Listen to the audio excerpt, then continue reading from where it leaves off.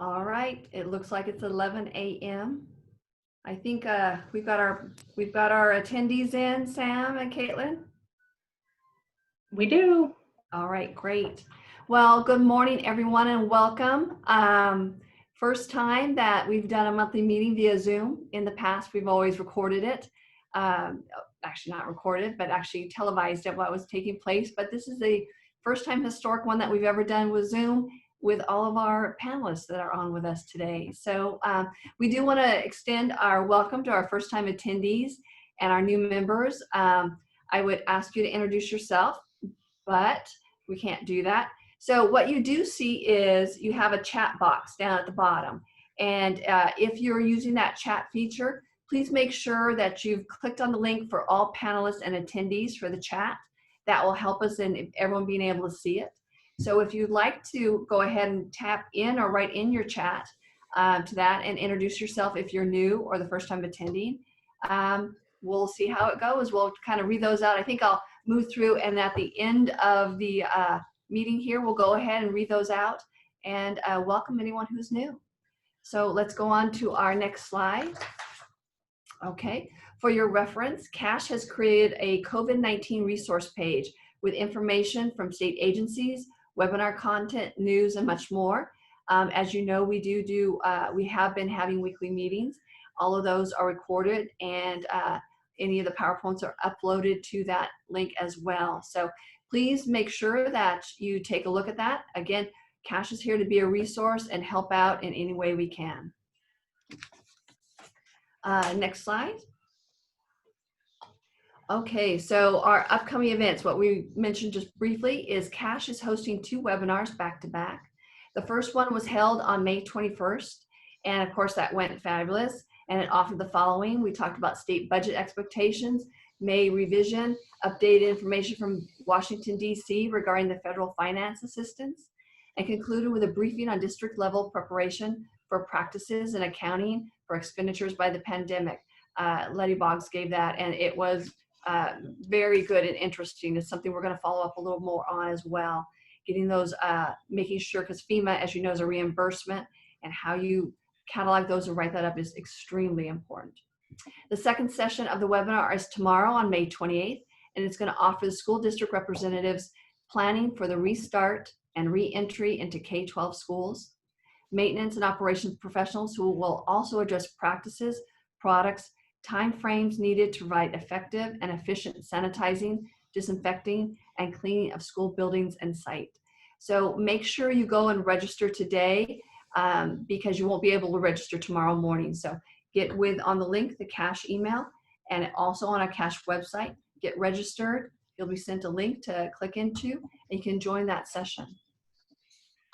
All right, so now next up, again, please check your email box, your inbox for your emails. We'll have our CASH weekly updates. As always, those updates are a summary of the latest news, most current events, workshop, conferences, and more professional opportunities. So right now, it's ever important to take a look at that, because that's your link to get hooked up to a lot of these webinars and web shots that we're doing. So take a look at that. And let's go to our next slide. And first up, we're fortunate to have with us Ida Clare, who is the acting state architect and with the Division of State Architects Office. So Ida, good morning. Good morning, Julie. How are you today? Thanks for inviting. Good. Sorry, Great. I didn't That's give right. you an opportunity to respond. I'm in all mode. right. Sorry. Thanks for inviting me to speak today. I do have a couple of updates. DSA is really busy, working hard, trying to get the school projects approved and constructed. We are still operating virtually, remotely for most of our staff. About 85 to 95% of our staff is operating remotely. We hope that you haven't felt any change in our delivery of services as we transition to stay at home and are now transitioning somewhat back into the office. state government, just because our offices are located in areas of the state that still have a lot of COVID activity, we are not fully open by any means. They have requested that we limit staff to about 25% in our offices, maintaining social distancing, wearing face masks. And so we do have policies and procedures in place to address that. But most staff has been effectively teleworking, and so they can continue to do so. Clients are still not yet being received in our offices. We are connecting with our clients virtually. Again, like I said, I hope that you haven't noticed any issue with that. If you have, please let me know, and we will try our best to make sure that we can correct that issue. We don't anticipate seeing clients in the office probably until at least mid and June, especially in offices like LA and Oakland that still have a lot of COVID activity in the county. In fact, our LA office is actually closed Tuesday, Wednesday, Thursday for that reason. A lot of staff uses mass transit, so we want to protect our workforce, and if they're working effectively at home, we want them to do so until the situation gets a little bit better.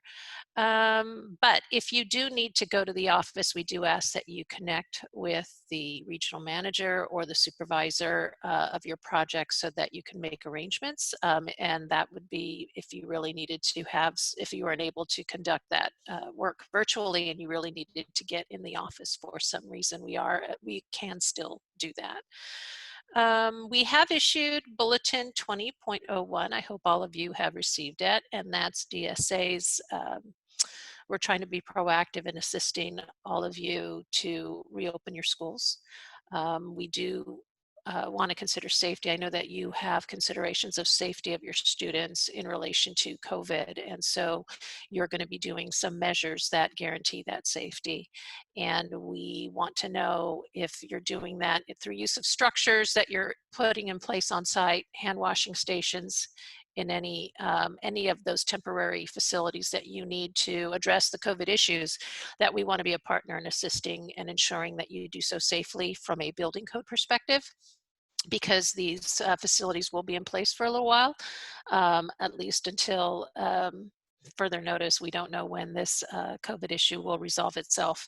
And so we do want to make sure that safety is a primary concern for you, and we'd like to assist you in addressing that as best as we can. Bulletin 20.1 addresses some of those issues. We are offering expedited plan review for COVID-related improvements.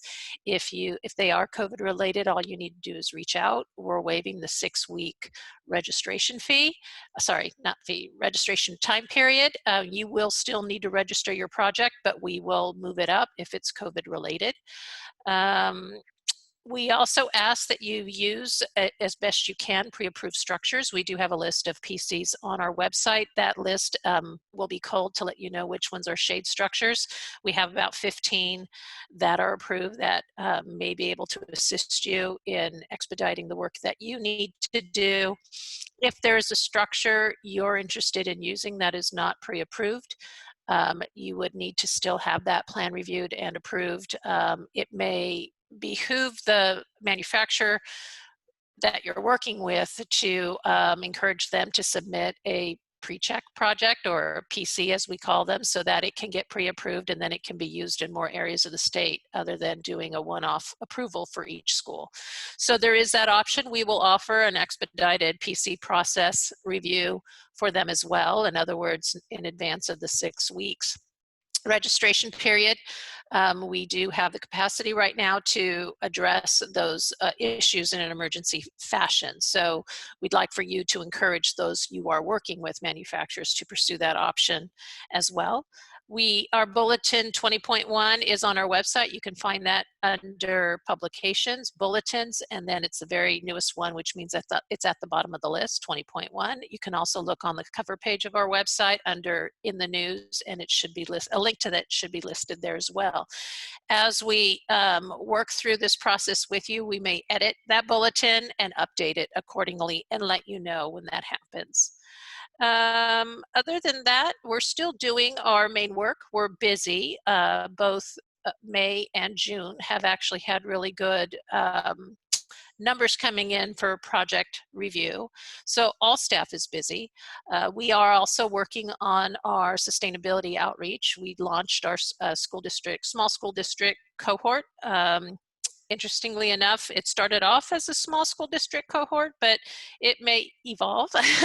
We did get a great response of about 63 schools that were interested in participating in the year-long monthly webinar series to achieve zero net energy, zero net carbon, and being formed on how to do that, and to set your systems in place with your RFPs and your contracts for construction to achieve zero net energy and zero carbon and your facility planning needs.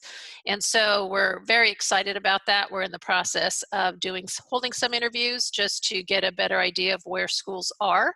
But again, as I said, we had 63 schools respond, and so we're looking forward to moving ahead with the cohort. We don't know how many schools we may limit it to during this first round, but everything will be, as we move forward, will be published on our website so that everyone can follow and keep along. And then we may actually launch a community college cohort after we get this one started, because we've also had a lot of interest from community colleges. Besides that, that's about all I have. I can take any questions if anyone has any. I'm looking at the webinar chat. So if there's any questions. Ida, I have a couple questions. Sure. A little bit from our webinar last week. I know a lot of school districts are concerned with opening schools up with the social distancing and some of the areas that we're going to have to do. Of course, we had a little discussion about lining up and temporary shade structures. Do you want to maybe just let districts know the DSA's feeling on the temporary tents or Sure. shade structures? Sure. Many of the temporary shade structures are not meant to be in place for months on end. They are temporary, meaning for an event. And so for an event, you can always look ahead and see what's the weather, and understand that if you have it in place for 4 hours, that you may not need to be as concerned about certain issues that you will need to be concerned about if they're in place for months on end until this crisis eases. Particularly, a lot of the tent structures are susceptible to uplift, being carried away by wind. This will follow through to October, November, December, likely, in order to address these issues. So we ask you in some ways to be creative, if you can, in using your existing facilities, and during the summer months at least, while you're planning and getting through review, looking for shaded areas that are caused by buildings to stage if you can. DSA is here to address these tent structures. If you want to submit and consult with us, you can, and we can give you guidance. Again, we have the PC list, and we are here to expedite that review. So if you can, if everyone needs it, it's going to be hard to get all that done very quickly, say for an opening by August, but in some ways, if you can think ahead, creatively use areas specifically in the summer for shade. I know it's difficult. Plan what you need to review, get it into DSA, call us. We will try to expedite it, encourage some manufacturers to submit PCs so more schools can use them. And again, like I said, the bulletin 20.1 will let you know how we can assist. But we are concerned with some of those structures. Health and safety of the students is important, not only for COVID related, but also for exiting, for not being hurt by a sudden upwind taking a tent away, and obviously creating a hazard for everyone there, both student and faculty and parents. So that is our concern. Our goal here is for safety. That's our mission, and to continue that safety. So open communications, what's going to do it. It's what's going to achieve the best result. And we will work with you to see what we can do in the meantime. So it might be wise for school districts to think about how that lining up of students coming into the school, maybe it won't be traditional areas, the gates that are used for kids to come through right now. We may have to look at other areas where parents and students could enter that are shaded, and being creative that way. At least to address shade for the summer, yes. And then that gives us time at least to address weather controls moving forward through working with DSA in some process. So it may be that it's a plan, and I know that you all face challenges on how to address these issues, but it may be in some ways where it's a plan where it's not necessarily structural to begin with until you can get all that approved, and then planning, also for different weather elements moving forward. I think we're all going to be figuring this out together, but we don't want to be, an obstacle. We want to be part of the solution. So we really do encourage you to reach out and ask the questions. So we will do our best to expedite. I'm sorry, what? We may be purchasing a lot of umbrellas to. Yeah, as long as the parent's holding them, right? Because the teachers have to teach. Yes. Exactly. There was a question that I saw someone ask about any thoughts on fire drill and social distancing? No, I know it's difficult because for a lot of families, sending their kids to school enables them to work and move forward. But if there are families and parents that can help, I think that that's going to be your resource in managing that social distancing when you're having those kind of drills. The open areas we do have open areas for emergencies, that they are required to be able to reach the public way or some kind of safe area of refuge on campus that's protected. I don't know that allows for social distancing specifically, but obviously, hopefully you wouldn't need to have to use that unless there's an emergency. And in that case, sometimes, as we've noticed, emergencies kind of safety and life safety of a large group almost trump some of the provisions that we have in place to address COVID. But I know that from protections, there are areas on campus, or there should be areas on campus that are available to address that social distancing, even in the fire drills, if you can. And again, you're right, being creative. I think it's a little easier at the elementary schools than at the high schools, but it's still important for everyone to learn what the drill is. And who knows, again, maybe we'll be buying a lot of hula hoops that they put on as they walk out, knowing not to touch or something. So, yeah, exactly. I know that for my kids, they were really empowered by their friends. So if you can really even enlist the students to help each other, that I think that they, that gives everyone a cooperative spirit, I guess. Exactly. Creativity and have a little fun with it, right? Yep. Yeah. All right, great. Let's see. So I don't see any other questions right now. So we'll go ahead. If there's anything else you want to add, if not, No, just call us. We're here. Call us. And by the way, our district, Palm Springs Unified, we have utilized DSA's Zoom meeting. In fact, I've got one June 9th to talk about some old closeout projects. So we appreciate that. Thank you. Good. You're welcome. Thank you. Thanks.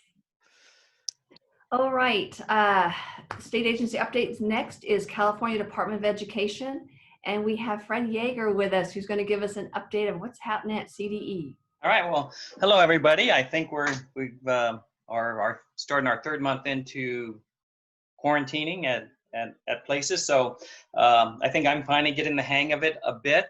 Hopefully,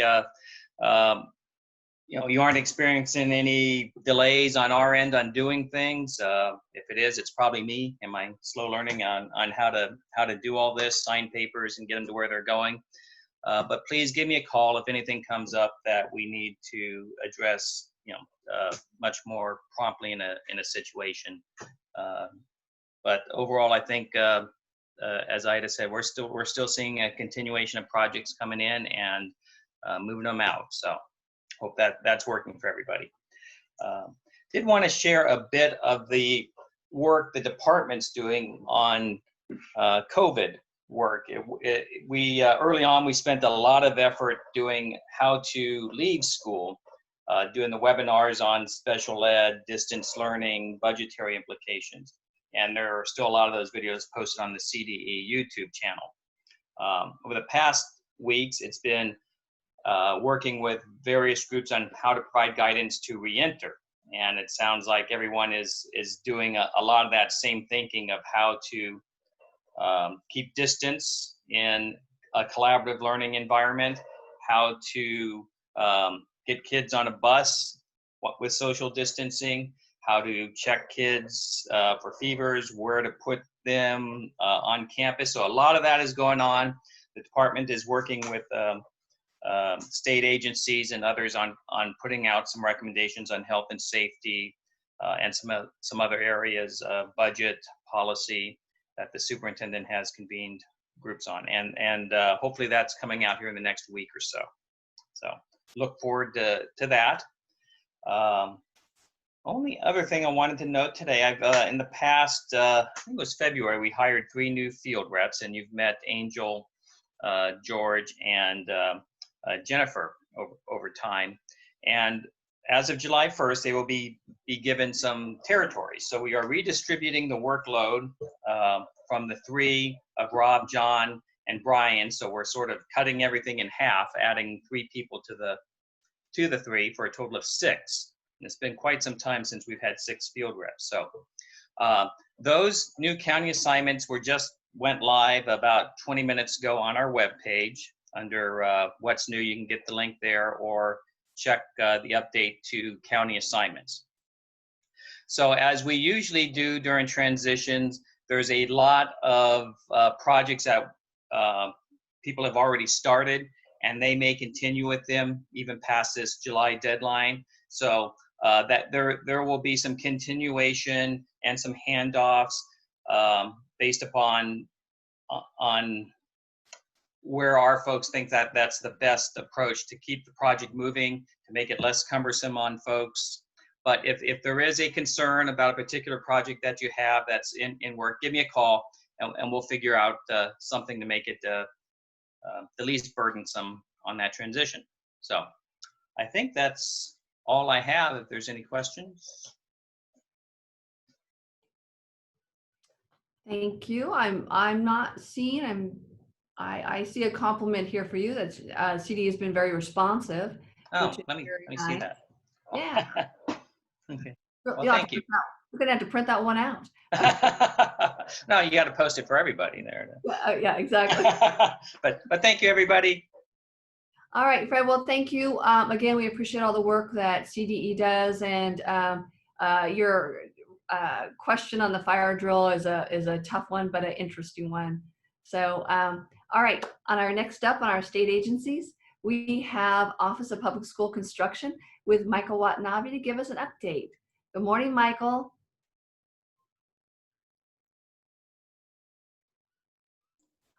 Good morning. Can you hear me okay? Yes, great. Glad to see you. Just a few updates for today. So again, we're continuing on with the Zoom meetings for the SAB meetings. So tonight we'll be there at 4 o'clock. This might be a little bit lengthier meeting because we do have a couple of appeals. If you do want to make a comment physically though, we are here in the Ziggurat in room 8100 up in the exec conference room. So we do have that availability. A few updates for the May board. Priority funding tonight, 266 projects for 127 districts. We're giving out $811.7 million tonight.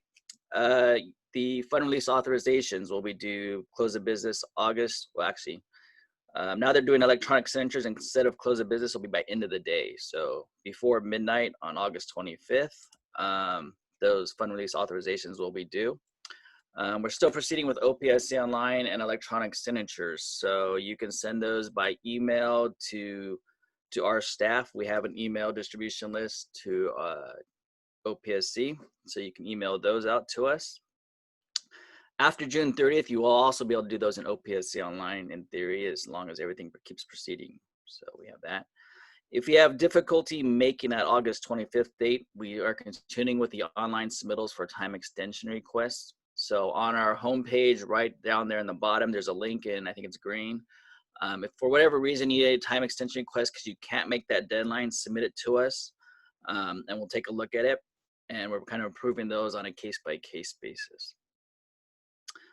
The current priority funding round opened about 2 weeks ago. And just as a reminder, you can continue to submit priority funding certification requests through August 28th, 2020.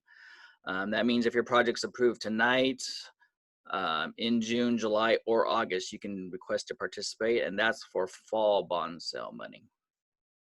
Right now, the governor's budget for May is still proposing another $1.5 billion in bond sales for 2020 through 2021. And then the last is a board update on the facility hardship seismic regs. So we're bringing that back in this month. Nearly identical to the package you saw back in February, but we made a few clarifying edits to the regulations as a result of some comments we received since the February board. And it had to do with facility hardship and seismic projects that qualified as a hardship project, but they didn't have, the school district doesn't have the eligibility to support all the classrooms or facilities in the project. So if those can't be funded, we were asked, what can we do about those? Our regs already had language that said we'd adjust your new construction eligibility, but it wasn't quite clear what that would require. So we added a few sentences there in 1859.51S. That's your new construction eligibility adjustments. And basically what we added in there is, if you qualify for facility hardship and seismic, but you don't have sufficient enrollment to justify funding for all the facilities on site, if your school board does a resolution acknowledging that they will not use those facilities for K-12 use, we'll remove those facilities from your new construction baseline, as long as you do that. We will require a board resolution to do that. If you are not demolishing or replacing those facilities as part of your larger district project, and you wish to keep them for other uses beyond K-12 use, then we will publish a list of those buildings and facilities on our website, just kind of for public record to acknowledge that. And the other clarifying issue sentences we had in the regs, in addition to new construction baseline, we didn't do it before. It was kind of more of an oversight. If we are removing those facilities from your new construction baseline so that you can qualify for new construction sometime in the future, we'll also do a corresponding adjustment to your mod eligibility. So if those facilities generated mod eligibility, we'll reduce your baseline for that as well. And the other clarifying sentences we added, just for clarifying, is mold. We are requiring site visits for facility hardships that have mold issues. We just added a few clarifying things, that we're not there to go into the facilities. We are there to meet with the district and talk about funding options and gauge the scope of work to make sure we're all on the same page of what's needed before that work begins, because we've had concerns with that before. Other than that, all the rest of the regulations are mirror exactly what you saw back in February.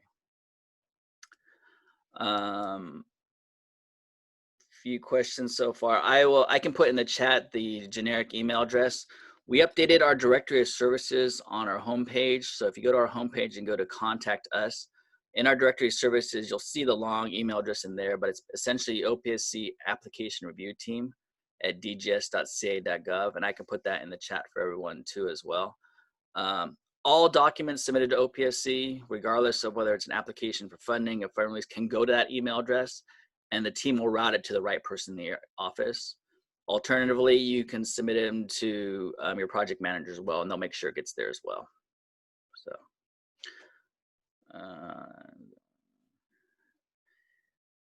A question on full day kindergarten. In the May revise, the governor proposed taking the $300 million that was allocated for 1920 for full day kindergarten and sweeping it back into the general fund. As far as we've seen in the language so far, they've only swept the cash, but they haven't changed the statutes. So we'll keep an eye on that.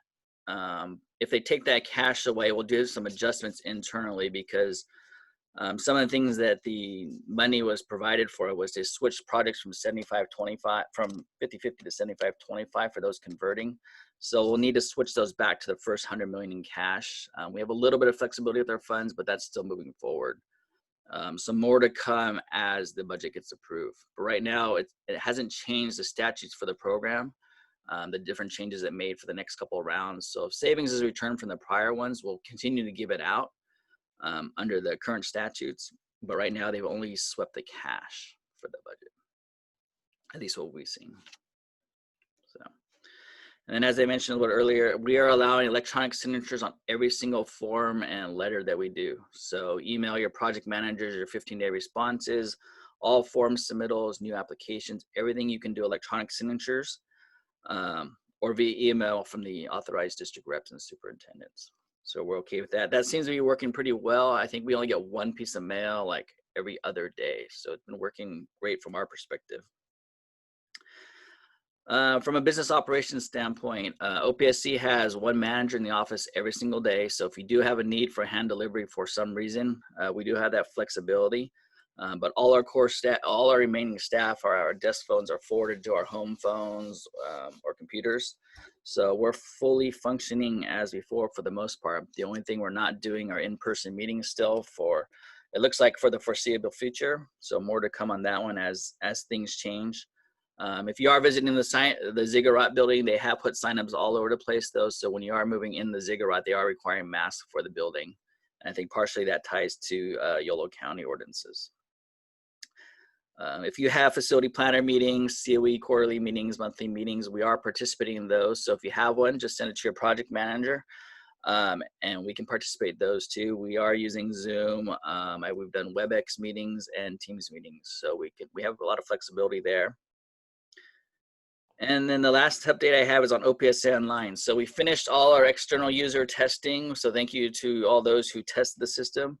It doesn't look like we have any bugs in the system that are preventing it from working.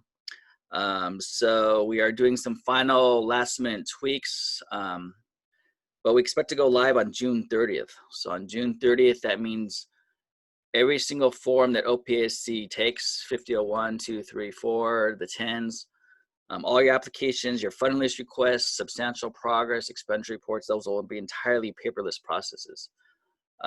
We aren't making it mandatory for this short term.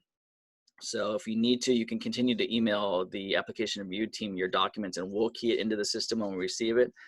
But we'd like to give it you to at least take a stab at it because that's where we are going in the future for completely paperless.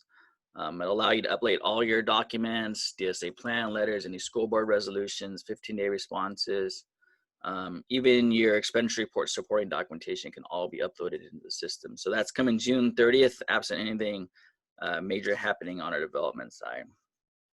And then also we're building it, should be live by June 30th, but priority funding certs will also be requested in OPSA Online as well.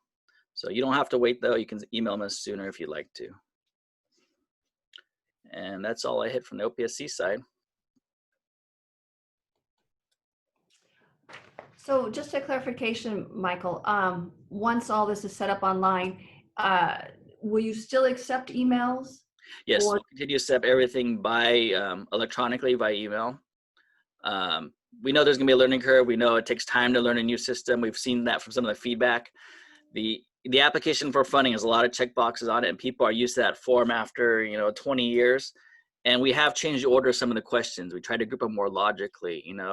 The CD letter that you pull off information on your acreage and classrooms approved. On the form 5004, they are all in different sections. On the OPSA on Lizard, we grouped them all so you won't have to flip back and forth, but it does take getting used to and we acknowledge that. So when people have more time to learn, we hope people embrace it more, but yeah, we'll take anything by email right now too. Okay, great. Well, that's great. I think that's a great step. I know you guys have worked really hard on that. And it's hate to have a pandemic to push us forward a little more with technology, but overall thinking of it, unless you've got a reason to be at the SAB meetings, it does help you get things more efficiently and actually will save money in your budget by not traveling as much. Yeah, we found it's been saving a lot of time. Even our electronic approvals as staff are all over, routing things electronic has saved quite a bit of time. Oh, that's great. That's great. So what is the actual SAB meeting? I'm trying to get a visual of what that's going to be like at the Zagrat. So will they actually be in the room and are they? So we part of the bag of clean is we have to have available for people that don't have technology access to physically be present. So right now there's 3 of us in the room, me and Lisa Silverman and a legal counsel who just happens to be in the building. So the last 2 meetings, no one showed up, but we do have a room that's socially distanced that someone could show up and speak to the board if they need to. But other than that, it's just the 3 of us there, yeah. Okay, all right, that sounds great. That's a big help on getting that visual of what that SAB meeting will be like. Yeah. Question in chat about CTE. So the round is open. I think it closes at the end of June. So we're still taking apps for that. So we won't know the full matrix until the end of June after all those apps are received, how many people actually submit the apps, what the scores are, and what their locales are. So in the meantime, as the apps come in the door, we're processing every single one of them, which is more than we normally do. Usually, we're spending a lot of extra work, but we want to make sure we still hit that. I think we're targeting August or September board meeting. So it'll move quick. But we won't know who actually is within the 250 million until about mid-July at the earliest, probably when that rolls out. Okay, that's great. Super. All right. I don't see any other questions. Anything else, Michael, that you want to share? I appreciate so much you coming on and sharing this with us. Yeah, no problem. Yeah, if there's any follow-up questions, feel free to send me an email after the meeting, and we'll take care of those for you. All right. Thank you. Again, thank you so much. All right. Thanks, everyone. All right. All right. Next up, we've got our legislative, regulatory, and maintenance network updates. And we've got Nancy Chairs Espinoza, Rebecca Clearly, and Ian Padilla, who are going to be providing the updates today on the current legislation and regulatory issues and the maintenance network updates. Hey, good morning, everyone. Good morning, Julie. It's good to be with you guys, albeit at a distance. I'm going to kick it off with a little bit of context on the budget process and what we've learned about the May revision. So first, some top line information, maybe review for you guys, but I like to set the table. So in the 100 days before the May revision was released on May 14th, always my birthday because I'm special like that, the state experienced a 22.3% decline in revenue. So as a result, the revised budget represents a decrease of 9.4% from fiscal year 1920. The May revision forecasts a peak unemployment rate of 24.5% in the second quarter of 2020 and a decline in personal income of nearly 9%. So as a result of that, decline in revenues and dramatic rise in unemployment, the governor anticipates a deficit of $53.4 billion through 2021. So that's a 2-year deficit. Let's see. On the education side, specifically on the operational side, there's about a 10% decrease proposed to the local control funding formula and 50% to those remaining categoricals. So specifically with respect to the items we look at for facilities though, there's no indication that there's a change to that 1.5 billion Prop 51 bond sale and appropriation schedule. So 1.5 billion per year, which was established by the previous governor. There's no indication that they are going to change that. And there's also not a cap. So those we think are good developments. There had been some requests from other education stakeholders for quote unquote flexibility. And we've seen this before, some relief from the routine restricted maintenance account requirement that is not included. So we consider that a win. And there is some trailer bill language that creates a little bit more flexibility about what you can do with the proceeds from surplus property sales. But it's very tight, actually. It's profit only that can be redirected to general fund purposes. There's nothing in there about bonds. The governor has stated that the conversations about infrastructure and the strategy around sequencing and prioritization of bonds, he's going to assign really to that 80-member task force that he's pulled together. And the infrastructure plan that should be included with this budget actually was not included. And frankly, we take that to mean that it was simply a bandwidth issue with the Department of Finance and the governor's staff, although obviously that's something we would be eager to see. And let's see, we are continuing to look at legislation. Really, there are not any major pieces of legislation that are remaining that affect our issues that we watch for facilities, but it's mostly in the budget. We are looking at maybe some internal loans that we don't expect to have any effect, but in 2008, they borrowed some of the money that is paid to DSA, and did repay it in a timely fashion. IDA has confirmed. So there might be some maneuvers like that, but again, we don't expect it to have an effect on our ability to get projects processed. And with that, I will hand it off to my colleague, Rebecca. Hi, everyone. Good morning. Thank you, Nancy. It's an interesting time to be working remotely in Sacramento right now. Just really quickly on where we are with the budget process. This is a very unusual year, but we are seeing some of the typical things happen a little bit abnormally. The governor did release his May revision, which Nancy described. The legislature, in a very truncated fashion, has been holding hearings to review that May revision. But it's been typically one hearing per budget subcommittee sort of category area. So not that prolonged discussion over the entire spring that we're used to seeing on the governor's proposals. And they're shooting for approving a budget by June 15th, which is the constitutional deadline. The punishment for not meeting that deadline is legislators don't get paid. So they've got a pretty good incentive to meet that deadline, and we expect that they will. They may end up coming back in August to adjust that budget once we see what the actual tax revenues are from the extension to July 15th for your tax filing. So again, this may end up being something like a placeholder budget, but we do expect that they will meet that deadline. As far as our facilities items go, just to add a few things, Michael did talk about the full day kindergarten and what the governor is proposing to do there. It looks like the legislature is willing to go along with that proposal. They have not resisted the proposal, which is to sweep $300 million in previously approved full day kindergarten funding.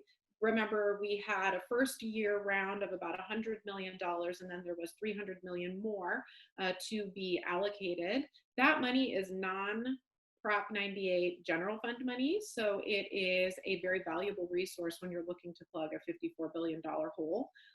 Though that hole may not end up being $54 billion, we know the Legislative Analyst's Office is thinking that it may be closer to $18 to $30 billion, depending on the economic recovery. That money in January, the governor had actually suggested redirecting some of that $300 million, about $150 million for preschool facilities purposes. That proposal is now scrapped, as the governor is saying, let's rewind and actually use this money for other purposes. His language is for budget resiliency. So really that just means to help plug the hole. And then I wanted to talk a little bit about federal funds and what we're seeing there and how that's playing a role in the budget here. There are a number of solutions that are on the table statewide and for K-12. These are things like deferrals. There are some program reductions and cuts. Nancy mentioned the 10% reduction to LCFF. We've got other solutions that are on the table, and a big piece of that is federal aid, and specifically the aid that we're receiving to respond to the coronavirus crisis. So schools have already received federal funding, and there is some conversation about how best to use that money as we move into the 2021 fiscal year.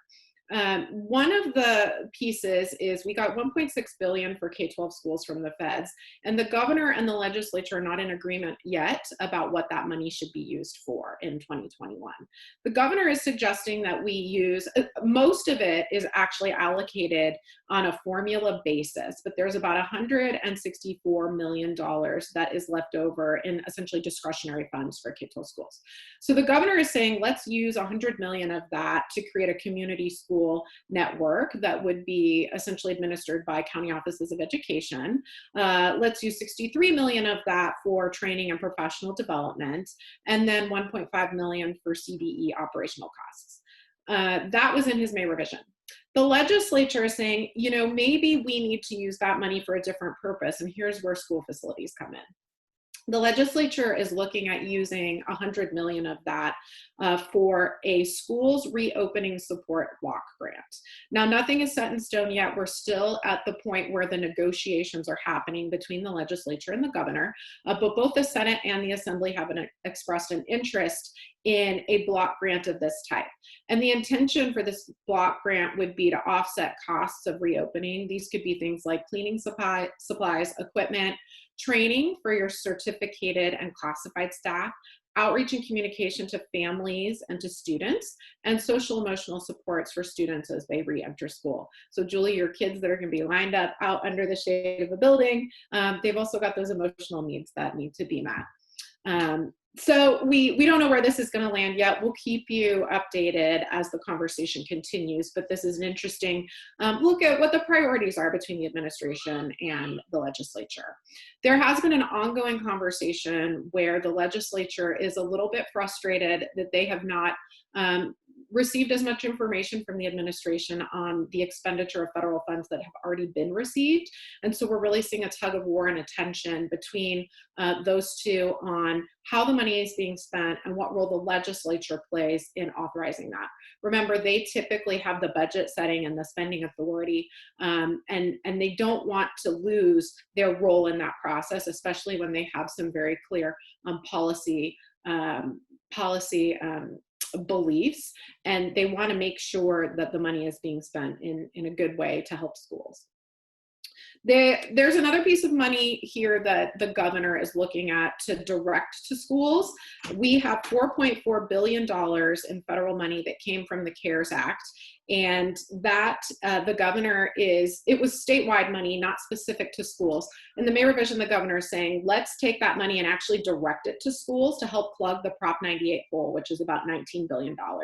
And in particular, that money would be restricted for learning loss mitigation uses. So things like summer programs, extending the instructional year, providing additional academic services to students. These could be materials or devices, and then also counseling and mental health services.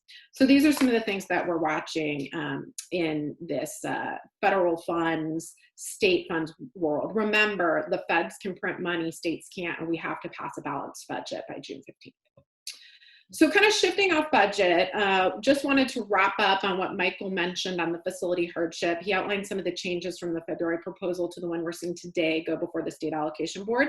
Just wanted to quickly remind folks what some of those changes are in that proposal. And that was a months-long process of stakeholder engagement and involvement with the Office of Public School Construction to look at modifying and updating that facility hardship section of the regs.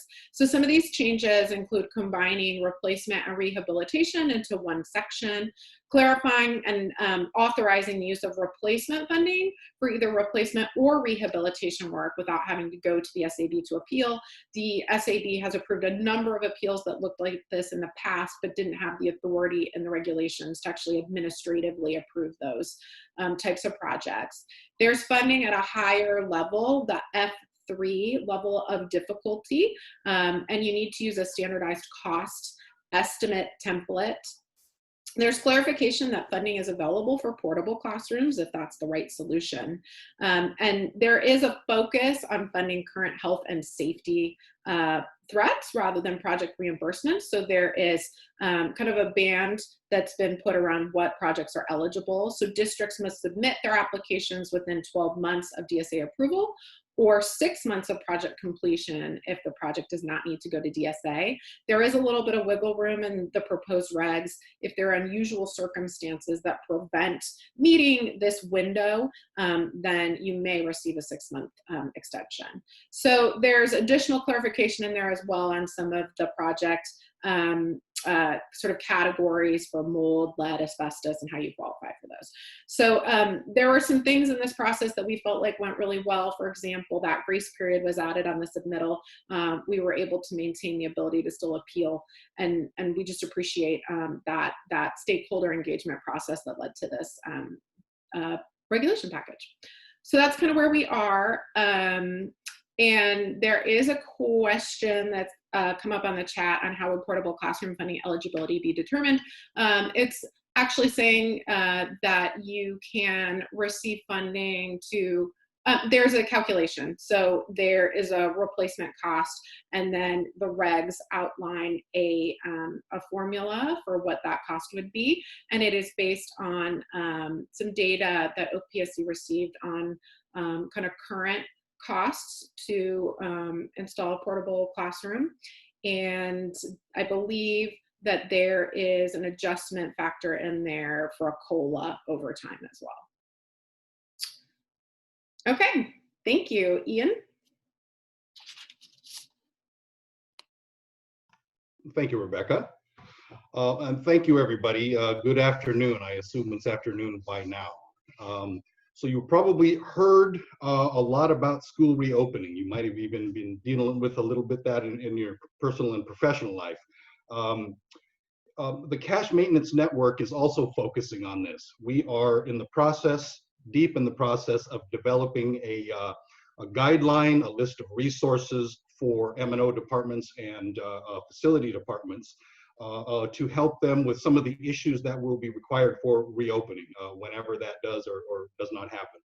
Of course, we're talking about cleaning, disinfecting, indoor air quality, inspections of HVAC systems, and of course, social distancing, how that works, and also scheduling. They seem to be all tied together, and so we will be developing some guidelines on this very quickly. We are looking within a couple of weeks. We already had our first call yesterday, and we have our experts putting this thing together as we speak. It's a very good group. A lot of our cash superstars are on it, as well as a lot of new folks from M&O, other places that are key experts, folks on the ground that are making very valuable contributions, I think, to this, what we expect will be a pretty significant document. We are very conscious of making it very practical and as short as humanly possible. We know that this is something that we hope will not just sit around on shelves, but will be put into your binder and walked around, or whatever you need to do with this. We're looking at 4 or 6 pages. Essentially 5 simple sections: personal health and hygiene protocols for staff and students, cleaning and disinfecting services, improving air quality, calculating social distancing and scheduling for staff and students, and then of course a very important piece, budgeting and the fiscal impacts of these pieces. So our approach will be to give practical best management practices in each of these sections, and then also for deeper type information that will be necessary, CDC guidelines, other best practices, other things we have, and we have a lot. We will attach them there, and that will become essentially a living document. We all know that there's not a lot of certainty here, but we're trying to establish minimum things that we should do and continue to build from there as we get more information and as we engage in these important activities. We are also working with some folks at the federal level, coordinating our efforts as we look around. There's a lot of folks working, but essentially focusing on these 3 pieces. And so we want to make sure that we are as consistent as possible in terms of our message, both at the federal level, certainly at the state level, and that's why we have this committee to bring all the voices in from the practitioners, local. That's of course where cash is very strong. So look for that. If you have any questions, if you have ideas and so on, don't hesitate to get to myself, Joe Dixon, Alex Parslow, our 2 chairs of the Maintenance Network. We hope to have this out as soon as possible, and we look forward to you being able to use it as a resource and us continuing to develop it. So thank you very much. Are there any questions? Ian, I didn't see any questions, but great information. Look forward to seeing that document. Thank you. Yeah, we think we have some momentum. We know, as we've said too many times, we're trying to balance speed with comprehensiveness, and we think it's very critical to hit it perfectly, and we think we're pretty close. So yeah, look for that, and of course we'll get that out more widely to what we also call our strategic partners, state agencies, The health community, obviously, how do you develop something else without having that input? We've contemplated that as well, and getting other input, but also support for this document as we go forward. That's great. And by the way, I'm still waiting to see you jam on those drums sitting behind you. That's I'll be selling tickets. The next Zoom meeting, right? All right. All right, great. Thank you, Ian. Appreciate it, Nancy. And Rebecca as well. Thank you so much. Californians for School Facilities is up next, and we have the mighty Dave Walrath, who's going to give us an update. Dave?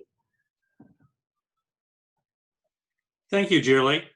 For Californians for School Facilities, this is the lobbying arm that lobbies the federal government for assistance to California school districts and nationally for school facilities. 1,000 days ago, shortly after President Trump was sworn in, there was a great expectation there would be a major federal infrastructure program. 1,000 days later, there's still a great expectation there will be a major federal infrastructure program. Given the coronavirus and COVID-19, it is becoming more probable that there will be an actual infrastructure program. The current House package does not include infrastructure, the $3 trillion package, but there's pushback on that. And the Senate is talking more about infrastructure than some of the funding that is contained in the House proposal. We were helped by the chair of the Federal Reserve Board and partially by the federal treasurer, saying that there needs to be more stimulus in order to have the economy start becoming more like normal, reduce the unemployment rate, ensure that people do have incomes to pay their housing costs, rental costs, mortgages, and all those things that the economy needs in order to recover. So CSF, Californians for School Facilities, currently is planning to go back to DC at the end of June. This is naturally contingent upon public health directives and orders, but we do expect that we will have an opportunity to continue lobbying for a major school component in a federal infrastructure program. And if you have any questions, we would be more than pleased to answer.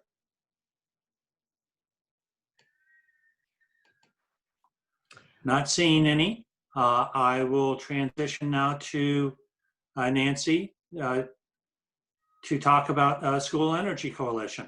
Thank you. On my way. So we don't have much to report on School Energy Coalition. With respect to the May revision, we were happy to, sorry, is there, I don't know if there's an SEC slide in here. We were happy to report in the May revision that there is the $50 million in, what is it called? Community power resiliency that the governor proposed in January remains, and that explicitly includes schools. So these are things like solar systems with battery. So resiliency from public safety power shutoffs and natural disasters is what that money is geared towards. And we were very pleased to see that that remained. Obviously, there's a great deal of pressure and most of the new proposals that the governor introduced in January were actually withdrawn. So this was wonderful to see that that remains in there. And the School Energy Coalition is also working on the administrative side to pursue other avenues for battery and solar and infrastructure funding. So that's about as much as I can tell you now. Oh, and we're also lobbying in DC for some of the future COVID-19 emergency funding bills to include money for school resiliency. So we're part of those efforts as well. And that's all I have. All right, Nancy, thank you so much. That's great information. Our cash vice chair, Jeff Becker, with the Fresno County Superintendent of Schools Office, is up next to give us a little information about the 42nd Annual Conference. Jeff? Hi, Julie. Thank you very much. Well, if you have not already heard, I'll announce it again that the 2021 conference will be in Palm Springs in March on the 1st through the 3rd. So that was our big announcement last time we got together in this format.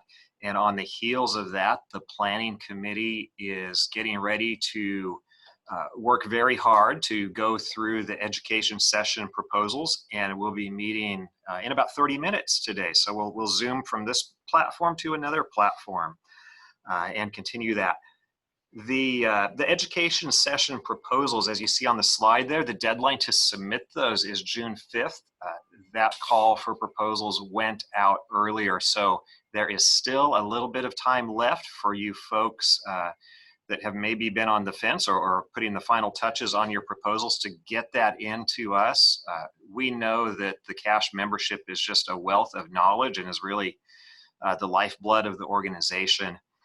So please put together your best thinking and creative ideas for presentations and submit those by the 5th. We do know our annual post-conference surveys always show that the education sessions are really the #1 reason that drives people to the annual conference. So again, very, very important part of the conference experience, and the annual conference planning committee again is going to work very hard in reviewing these over the next month to make sure that we have great content, high quality content when we are together again next year. So again, excited about the conference moving to Palm Springs. I'll highlight that June 5th date one more time to submit the education session proposals. Check out the CASH website for the link to do that. All right, and if there are no questions, I'll turn it back to Julie. Let's see, I'm not seeing any come in.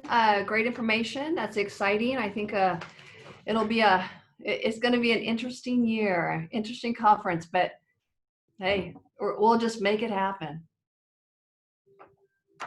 Super. All right, let's see our next slide. We've got job exchange and people's choice. So if you have an upcoming RFQ or an RFP or a job opening at your district or firm, please utilize the CASH Professional Opportunities job board on the CASH website. It allows you to reach a wider audience and more diverse. CASH members can log into the CASH website and post their jobs or RFQ or RFP. With that, our next, let's see, our last slide here is our next CASH Day will be Wednesday, June 24th. Pretty sure it's going to be by Zoom as well. I know a lot of us are hesitating on traveling. Our districts and our companies are a little shy on letting us travel too much. So if you mark that for June 24th. And again, I want to remind you that tomorrow, May 28th, we have the second session of the webinar on our maintenance and operations practices with our professionals. So if you haven't already registered for that, please find the CASH email, click on the link there, and register for that tomorrow. So with that, I want to thank you very much, and we'll go ahead and sign off, and I hope all of you be well and look forward to seeing you all soon. Thanks.